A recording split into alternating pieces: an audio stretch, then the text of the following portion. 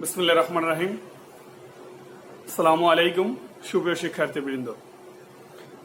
আমি মোহাম্মদ মাহমুদুল হাসান, প্রভাষক, অর্থনীতি বিভাগ, ঢাকা কলেজ। আজকে আমি অনার্স প্রথম বর্ষের মৌলিক পরিসংখ্যান ক্লাসে তোমাদের সবাইকে স্বাগত জানাচ্ছি।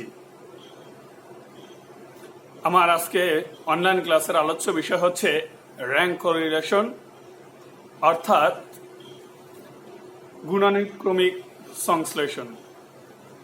গুণানুক্রমিক সংশ্লেষাঙ্ক আমরা কিভাবে নির্ণয় করে থাকি সে বিষয়ে আমরা আলোচনা করব এবং সমস্যা সমাধান নির্ণয়ের চেষ্টা করব। সেক্ষেত্রে আমাদের আগে একটু বলে নেওয়া প্রয়োজন। সেটা হচ্ছে, আমরা এর আগে সংশ্লেষাঙ্ক নির্ণয় করেছি। সে সংশ্লেষাঙ্ক কার্ল পিয়ারসনের সূত্র ব্যবহার করেছি। আবার আমরা প্রত্যক্ষ এবং পরোক্ষ পদ্ধতি দুটোই আলোচনা করেছি। তবে সেক্ষেত্রে আমাদের যে জিনিসটা জানার দরকার সেটা হচ্ছে, যখন আমরা কার্ল পিয়ারসনের সূত্রটা ব্যবহার করেছি তখন একমাত্র দুটি সম্পর্কযুক্ত চলকের পরিমাণবাচক বা পরিমাণগত সংখ্যার উপর ভিত্তি করে আমরা সংশ্লেষাঙ্ক নির্ণয় করেছি। তবে আজকে আমরা শুধু পরিমাণ থাকলেই সেটা নির্ণয় করা যায় এখানে সীমাবদ্ধ থাকবো না। যদি পরিমাণের বাহিরে যদি আমাদের কখনো সংশ্লেষাঙ্ক নির্ণয় করতে হয়, অর্থাৎ গুণবাচক পরিমাণের ক্ষেত্রে, সেই জিনিসটা নিয়ে আমরা আলোচনা করব। গুণবাচক পরিমাণ কেমন? যদি দুটি সম্পর্কযুক্ত চলককে গুণের পরিমাণের ভিত্তিতে বিবেচনা করা হয়, অর্থাৎ তার বৈশিষ্ট্যের ভিত্তিতে তাকে বিবেচনা করা হয়, তখন আমরা পরিমাণগত কার্ল পিয়ারসনের সূত্র ব্যবহার করে নির্ণয় করা আমাদের জন্য কষ্ট হয় বা করা যায় না। সেক্ষেত্রে আমরা স্পিয়ারম্যানের সংশ্লেষাঙ্কর নির্ণয়ের সূত্র দিয়ে আমরা সেটা করে থাকব। অর্থাৎ এই র্যাঙ্ক অফ কোরিলেশনের প্রবক্তা হচ্ছেন ইডব্লিউ স্পিয়ারম্যান। তিনি একজন সাইকোলজিস্ট ছিলেন। তিনি দেখেছেন যে পরিমাণগত বৈশিষ্ট্যের পরিমাণের উপর ভিত্তি করেই সংশ্লেষাঙ্ক নির্ণয় করা ঠিক হবে না। সেক্ষেত্রে আমাদের গুণাগুণের উপর ভিত্তি করে আমাদের সংশ্লেষাঙ্ক নির্ণয় করতে হবে বা সংশ্লেষাঙ্ক নির্ণয় করা জরুরি। এরই পরিপ্রেক্ষিতে তিনি দুটি সম্পর্কযুক্ত চলকের পরিমাণের উপর নয়, গুণাগুণের ভিত্তিতে এবং তার বৈশিষ্ট্যের ভিত্তিতে যে সংশ্লেষাঙ্ক নির্ণয় করা যায় সেই সূত্র প্রদান করেছেন, এবং সেই সূত্রটাই হচ্ছে গুণানুক্রমিক সংশ্লেষাঙ্ক। সেই গুণানুক্রমিক সংশ্লেষাঙ্কের ক্ষেত্রে আমরা আগেই একটা সূত্রটা নেই, সূত্রটা জেনে নিলে আমাদের জন্য সহজ হয়ে যাবে। অর্থাৎ rank of correlation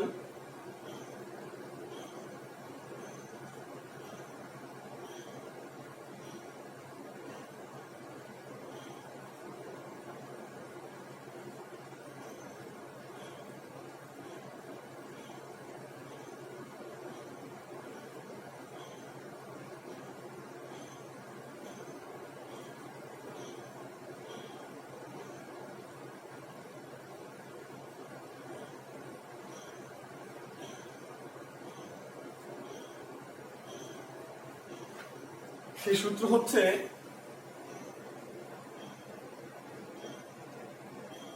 rho is equal 1 minus 6 summation D square divided by n into n square minus 1।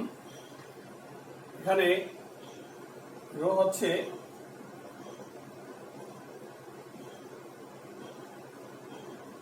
স্পিয়ারম্যানের সংশ্লেষাঙ্ক।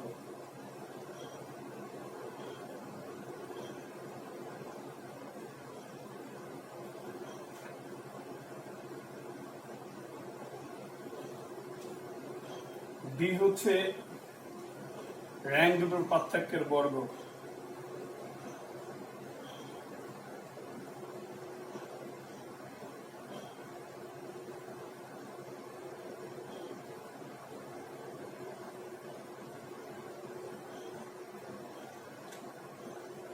n হলো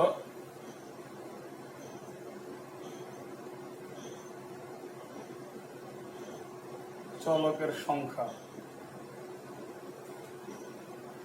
তো দেখো আমরা একটু বুঝে নেই যে রো হচ্ছে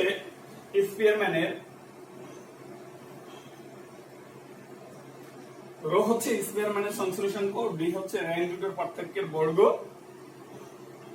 এর হচ্ছে চলকের সংখ্যা।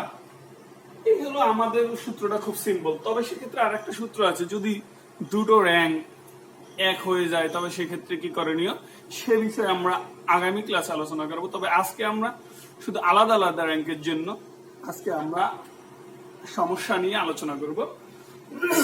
তো দেখো এখানে আমাদের rho equal 1 - 6 summation D square divided by n into n square minus 1। এখানে রো হচ্ছে স্পিয়ারম্যানের সংশ্লেষাঙ্ক, ডি হলো র্যাঙ্ক দুটোর পার্থক্যের বর্গ, n ইকুয়াল চলকের সংখ্যা। তো দেখো আমাদের যদি আমরা এইটা নিয়ে আলোচনা করি সেক্ষেত্রে আমাদের এই হলো আসল সূত্র। এখন আমরা যদি একটু মুছে দেই, মুছে দিলে দেখা যাচ্ছে, আমরা একটু মুছে দিলাম, মুছে দিয়ে আমরা একটা জিনিস দেখি যে আমাদের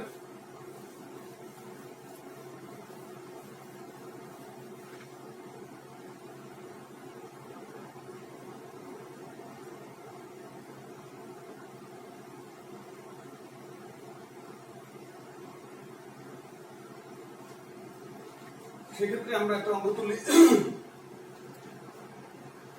অঙ্কটা কি হচ্ছে আমাদের? অঙ্কটা হচ্ছে x একটা চলক, y একটা চলক, সরি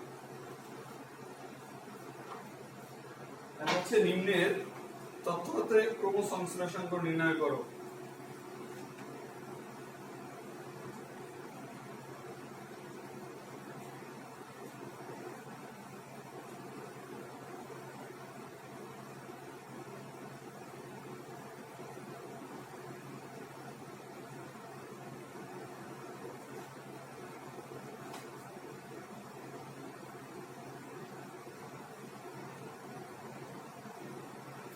এখানে ক্রম সংশ্লেষাঙ্ক হচ্ছে র্যাঙ্ক কোরিলেশন, আর হচ্ছে গুণনীয় ক্রমিক সংশ্লেষাঙ্ক।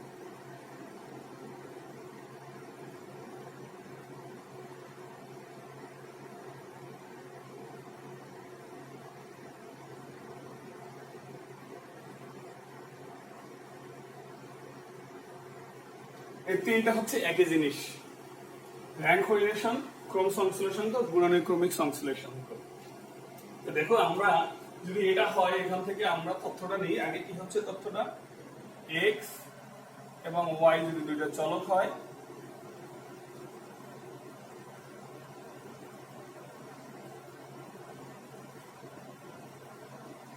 চলকের ক্ষেত্রে কি আছে মনে করো 92, 86,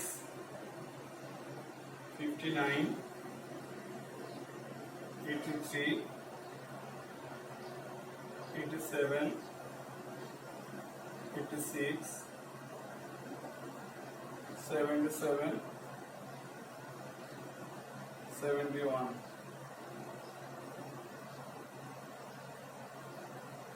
যদি এটা হয়, এখানে কি আছে 91, 77, 68, 85।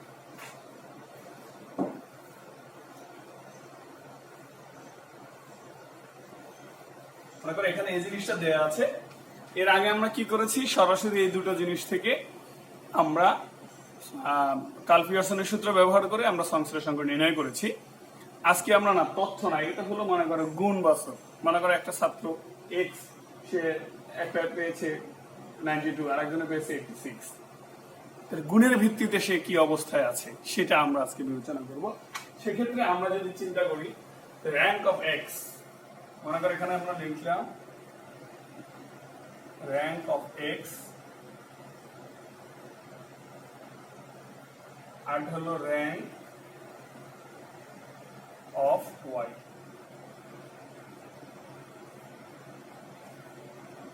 দেখো এখানে আমরা যদি চিন্তা করি ঊর্ধ্বক্রম বা নিম্নক্রমাংশের যে কোনো ভাবে আমরা র্যাঙ্ক দিতে পারি, যেমন সর্বনিম্নটাকে আমরা 1 ধরতে পারি, আবার সর্বোচ্চটাকে আমরা 1 ধরতে পারি। সেক্ষেত্রে কোনো সমস্যা নেই, আমরা দুটোই প্র্যাকটিস করব।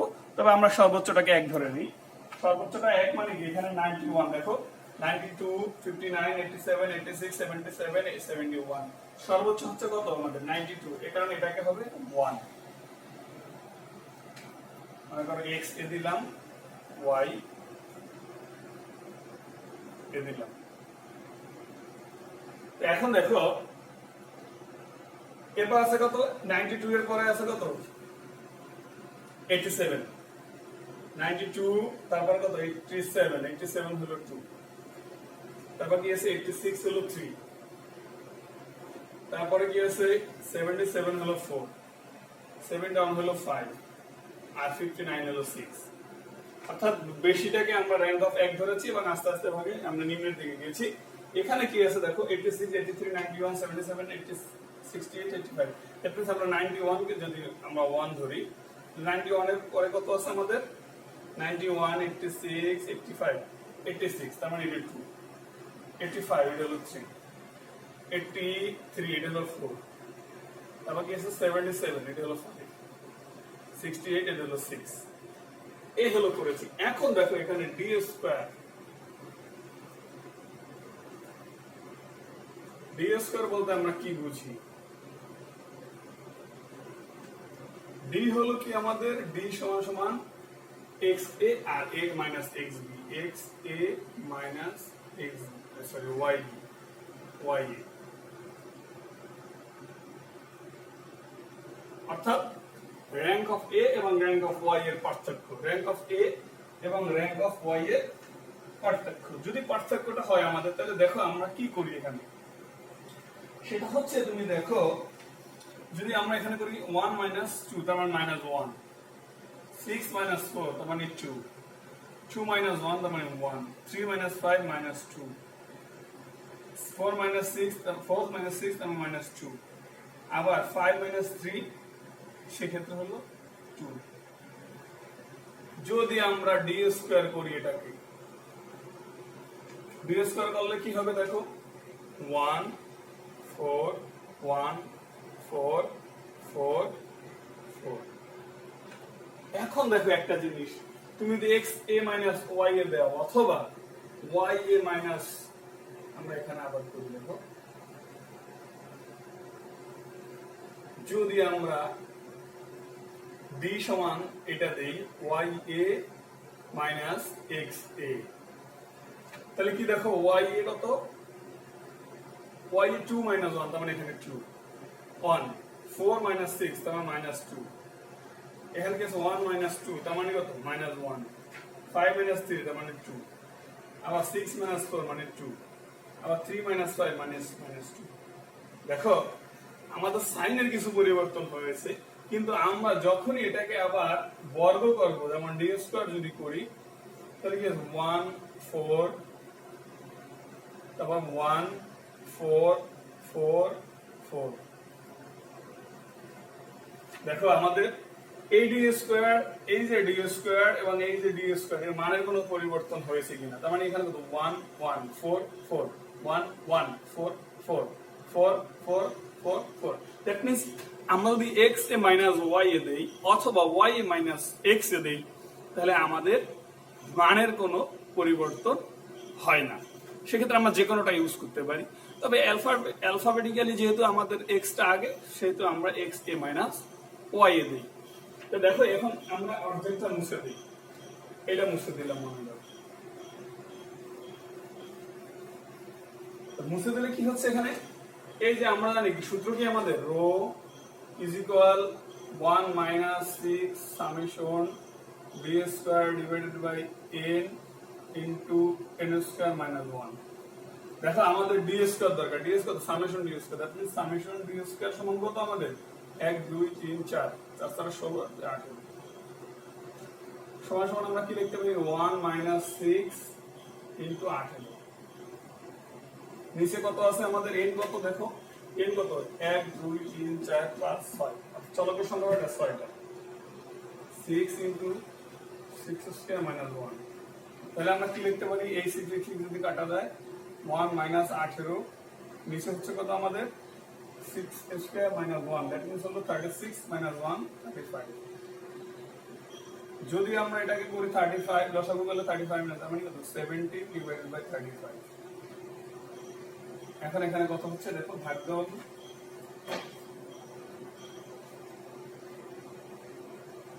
যদি আমরা ভাগ দিই তাহলে কত হয় আমাদের 70 ভাগ হলো 35 ইকুয়াল কত আমাদের 4857, 0.4857, 0.4857।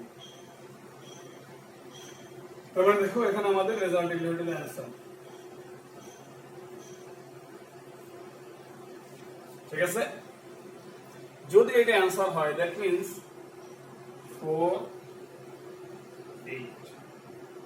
তাহলে আমরা জানি কি সংশ্লিষ্ট সংখ্যার মান কত হবে, ধনাত্মক হলে 1 কম, ঋণাত্মক হলেও -1 কম।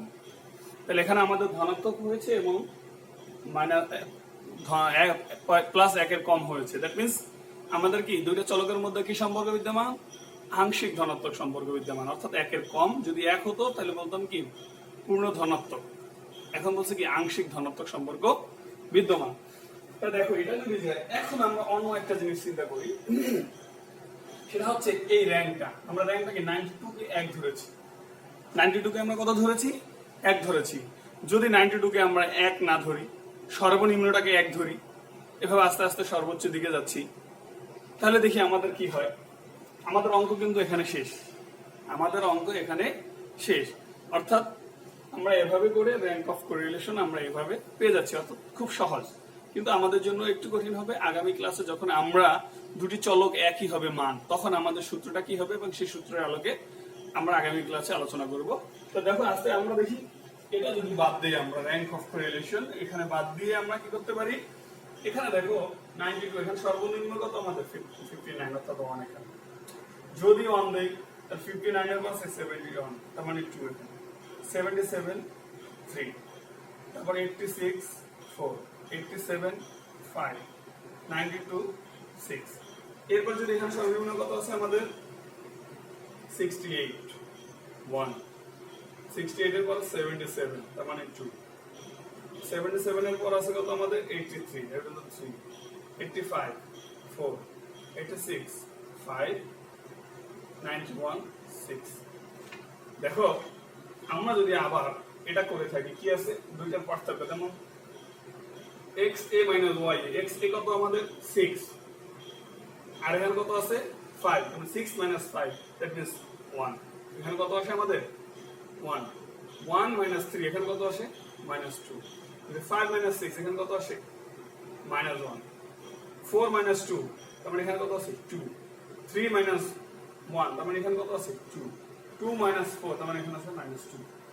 দেখো এটা যদি আসে, আমরা ডি স্কয়ার করলে কি হয়, 1 কে স্কয়ার করলে 1 হয়, 2 -2 কে স্কয়ার করলে 4, -1 কে স্কয়ার করলে 1, 2 কে স্কয়ার করলে 4, 2 কে স্কয়ার করলে 4, -2 কে স্কয়ার করলে 4। সেক্ষেত্রে দেখো সামেশন ডি স্কয়ার আমাদের আগে যে মানটা ছিল 18, এখনো সেই 18 হয়েছে।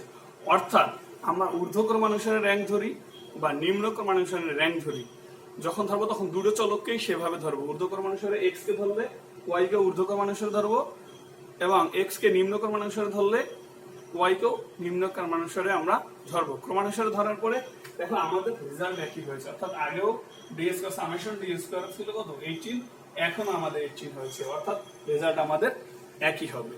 সো তোমরা সবার আগে সূত্রটা সম্পর্কে ধারণা নিবে বা সূত্রটা প্র্যাকটিস করবে মনে রাখার, দেন তুমি অঙ্কের ভিতরে ঢুকবা। যখনই তুমি অঙ্কের ভিতরে যাবা তখনই তুমি তোমার জন্য অঙ্কটা খুব সহজ হয়ে যাবে। তো ভালো থাকবে সবাই, ধন্যবাদ সবাইকে, আসসালামু আলাইকুম।